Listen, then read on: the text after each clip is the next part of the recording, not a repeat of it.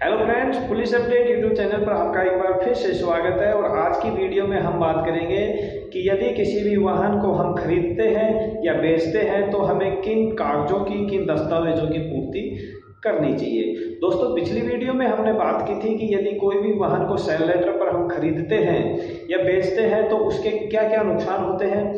तो उस वीडियो में काफ़ी दोस्तों के कमेंट आए थे कि सर इसका सॉल्यूशन बताइए कि हम यदि सेल लेटर पर कोई वाहन को खरीदें और बेचें नहीं तो फिर उसका क्या सॉल्यूशन है, हम कैसे किसी सेकंड हैंड वाहन को खरीद सकते हैं।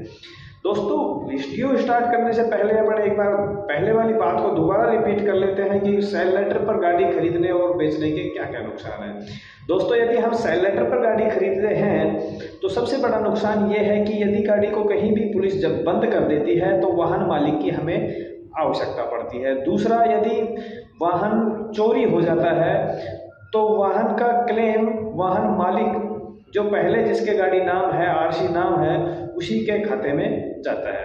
ये तो है सेल लेटर पर गाड़ी खरीदने के नुकसान। दूसरा, यदि सेल लेटर पर गाड़ी बेचते हैं तो उसके नुकसान, यदि हमारी गाड़ी में कोई भी शराब या मादक पदार्थ पकड़ा जाता है तो वाहन मालिक भी उसमें मुलजिम बनता है। यह सबसे बड़ा गाड़ी सेल लेटर पर बेचने का नुकसान है।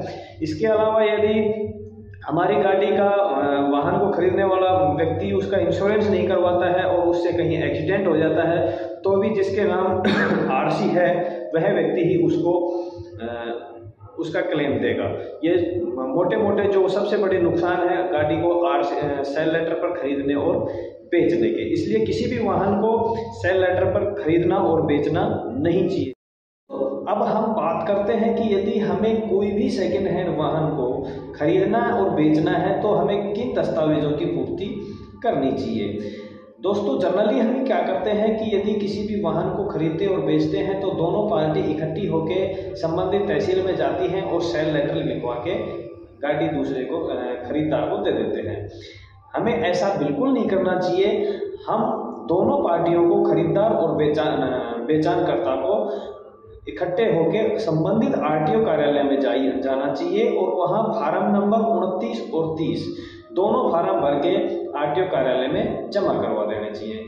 और यदि हमारी गाड़ी पे फाइनेंस पकाया है तो फार्म नंबर 28 की भी पूर्ति करके हमें वहां जमा करवा देना चाहिए। और इसमें खूब खींच के 2 या 3 दिन का टाइम लगता है। 2 या 3 दिन के बाद में आपकी गाड़ी की आरसी ट्रांसफर हो जाती है। हाँ, इतना हो सकता है कि सेल लेटर पे यदि आप गाड़ी बेचते हैं तो आपका काम 1 घंटे में फ्री हो जाएगा। आप सेल लेटर लिखवाएंगे, फ्री हो गए। लेकिन उसमें टेंशन आपको हमेशा के लिए रहेगी। और आप आरटीओ कार्यालय में जाके फार्म नंबर 29 और 30 की पूर्ति करके आरसी ट्रांसफर करवाते हैं तो हो सकता है उसमें 1 या 2-3 दिन का टाइम लग जाए, लेकिन यह आपकी परमानेंट कार्य हो जाता है। आपकी गाड़ी आपके नाम आरसी ट्रांसफर हो जाती है। और साथ ही साथ आरसी ट्रांसफर होने के पश्चात आप जो संबंधित आपका इंश्योरेंस कंपनी का ऑफिस है उस ऑफिस में जाके आपका इंश्योरेंस ओनर का नाम भी चेंज करवा सकते हैं। लेकिन ध्यान दीजिए, यदि आपने इंश्योरेंस ओनर का नाम चेंज नहीं करवाया तो इंश्योरेंस कंपनी आरसी ट्रांसफर होने के 1.5 या 2 महीने के अंदर अंदर ऑटोमेटिक वो पुराना इंश्योरेंस कैंसिल हो जाता है। तो इंश्योरेंस भी साथ में ट्रांसफर करवा लें जिससे कि कोई भी दुर्घटना होने पर इंश्योरेंस का लाभ हम ले सकें।